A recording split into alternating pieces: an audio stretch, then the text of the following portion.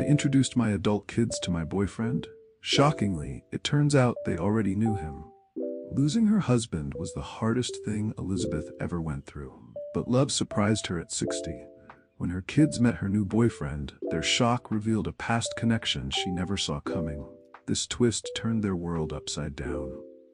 Hey everyone, I have a question for you. Do you think love has an age bar? I mean, should feelings and romance be confined to the young? Personally, I don't think so. Here I am, 60 years old, and finding myself in the throes of romance again. Crazy, right? I was widowed 5 years ago. Losing my husband was the hardest thing I ever went through. I thought I'd spend the rest of my life single, but my son Simon and daughter Carol had other plans. They kept nudging me to find love again, and even added a dating app on my phone. But, oh boy, was that a disaster, swiping left and right, and matching with men who either couldn't hold a conversation or were looking for someone younger. I thought I'd never find someone. With a weary heart, I began to accept the harsh truth. Loneliness, it seemed, was etched into the lines of my life, a constant companion until the very end.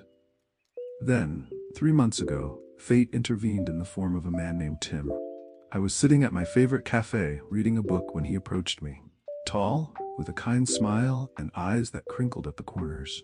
He asked for my number, and I was stunned. "You should have seen my face!" It's been years since anyone asked for my number. A jolt shot through me, sending a flutter of butterflies erupting in my stomach. It was the same nervous thrill I felt when my dear husband, bless his soul, first asked me out all those years ago. But there was something about Tim. Before I knew it, I gave in.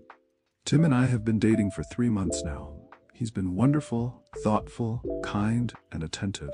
Every day, he surprises me with how much he cares. I started falling for him, deeply and madly. So, I decided it was time for him to meet my kids. I cooked a big dinner and invited everyone over. The thought of my kids meeting him filled me with sunshine. I couldn't wait to see their smiles reflect the happiness blooming in my heart. The evening started off great. Tim was charming, and Simon and Carol seemed to be warming up to him. We were all laughing over stories and memories. But then, out of nowhere, Simon and Carol grabbed my hand and pulled me into the kitchen. "Mom, we know him." "You're making a mistake," they said. My heart skipped a beat. "What do you mean? What do you know about Tim?" Simon's jaw clenched. "Mom, it's been ages, but listen to this. We just remembered. That guy over there? He's our old teacher. The absolute strictest one we ever had. The one who scared the socks off us." Carol nodded. "Are you sure you want to be with someone like that?"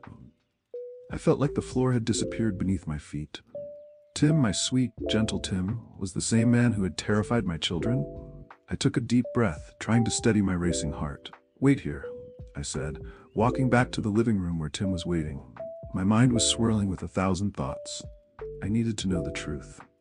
"Tim," I began, trying to keep my voice calm. "My kids tell me they know you. They say you were their teacher, a very strict one. Is that true?" Tim's face fell. "Yes, it's true," he confessed, his voice cracking. "I was too strict back then, blinded by the belief that discipline was the key. But that was before." He stopped, tears threatening to fall from his eyes. "Before I lost my family." I was taken aback by the sadness in his eyes. A pang of empathy shot through me. Here I was, wallowing in my own loneliness, oblivious to the fact that he too was adrift in a sea of grief. "My wife and daughter were taken from me in a car accident 10 years ago," Tim tearfully continued. "It devastated me. It opened my eyes to how I'd been living, focusing too much on discipline and not enough on compassion. Their deaths changed me, pushing me to become a more loving and understanding person." His honesty stunned me. I could see the sincerity in his eyes, and I believed him. This was a man who had been through unimaginable pain and had come out the other side a better person. I called Simon and Carol back into the living room. They needed to hear this too. "Kids, I think you should hear Tim's story," I said, wiping away a stray tear that escaped down my cheek. Tim looked at me, gratitude in his eyes, and began to speak. As he shared his past, I saw Simon and Carol's expressions change from anger to understanding. They listened intently, their initial hostility softening with each word. Simon spoke first, his voice softer than before. "We had no idea. We're extremely sorry for your loss." Carol, her eyes teary, nodded. We can see you've changed. Thank you for sharing this with us. Tim's smile held a flicker of hope as he met their eyes. Thank you for understanding, he said gently. I truly want to be a part of your family, but I understand if things need to go slow. At that moment, I felt a sense of relief wash over me. This man, who had once been a figure of fear for my children, was now someone they could see in a new light. But beneath the surface, a knot of worry twisted in my gut. Would my children ever see Tim as their dad? Mom, we still have questions, Simon said as we cleared the table. And with that, I knew the conversation was just beginning. That night, after Tim left, I sat in bed replaying the evening's events. My heart was heavy, but there was also a glimmer of hope. I decided to talk to Simon and Carol again, just the three of us. Mom, we get it. We really do, Simon started as soon as we sat down. But it's still a lot to take in. I know, honey, I said, reaching for his hand. It's a lot for me too. But Tim deserves a chance. He's not the same person you remember. Carol nodded slowly. He does seem different, Mom. More gentle, but it's hard to reconcile that with the man who made our school years so tough. I took a deep breath. People change.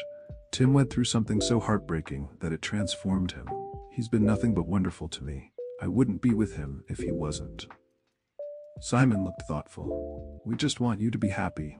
If Tim is the man who makes you happy, we'll support you. But we need time. Of course, I agreed. Take all the time you need. Just promise me you'll give him a fair chance. Days turned into weeks, and we all tried to adjust. Tim continued to be his kind, attentive self, making an effort to connect with Simon and Carol.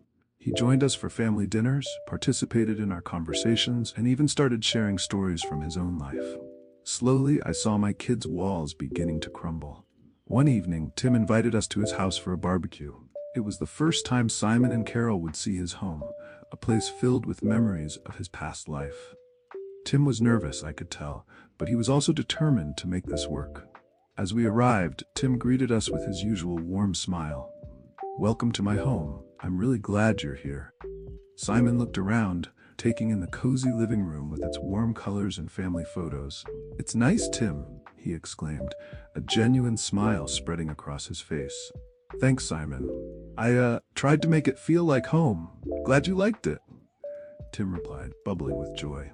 Over the course of the evening, I watched as Tim and my kids began to relax around each other. Simon even laughed at one of Tim's jokes, and Carol seemed genuinely interested in his stories. It was a small victory, but it meant the world to me. After dinner, Tim pulled me aside. Elizabeth, I want you to know how much this means to me. I care about you so much, and seeing your kids start to accept me, it's everything. I squeezed his hand. We'll get there, Tim. I know we will.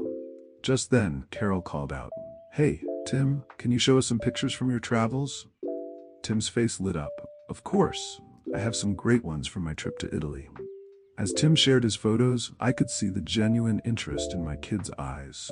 They were starting to see the man I fell in love with, the kind, compassionate, and loving person Tim had become. It wasn't going to be an easy journey, but we were on the right path.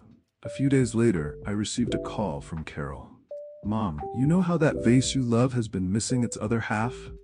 After seeing you with Tim, I can't help but feel he finally completes the picture. My heart swelled with hope and my eyes brimmed with tears. I think Simon and I are ready to get to know him better. Maybe we could all go out together sometime? Just the four of us? She added. The four of us started spending more time together, going out for dinners, watching movies, and just enjoying each other's company. Each interaction brought us closer, and I could see Simon and Carol slowly but surely accepting Tim into their lives. One evening, as we sat around the dinner table, Simon spoke up. Tim, I want to apologize for how I reacted at first. It was just a shock. But I can see now that you really have changed, and more importantly, you make my mom happy. Tim looked deeply moved. Thank you, Simon. That means a lot to me. Carol chimed in. We're happy for you, Mom. And Tim, welcome to the family. Tim reached out and took my hand, a smile spreading across his face. Thank you, all of you. I'm honored to be a part of your family. Warm lamplight cast a gentle glow on the faces of the people I loved most. A wave of relief washed over me. What started as a shocking revelation had transformed into a beautiful journey of acceptance and growth. We had all learned, through laughter and tears, that people can change, and that love and understanding can heal even the deepest scars. To family, I said, raising my glass. To family, they echoed, clinking their glasses together. And in that moment, I knew that we had found something truly special, something that would carry us through whatever came next.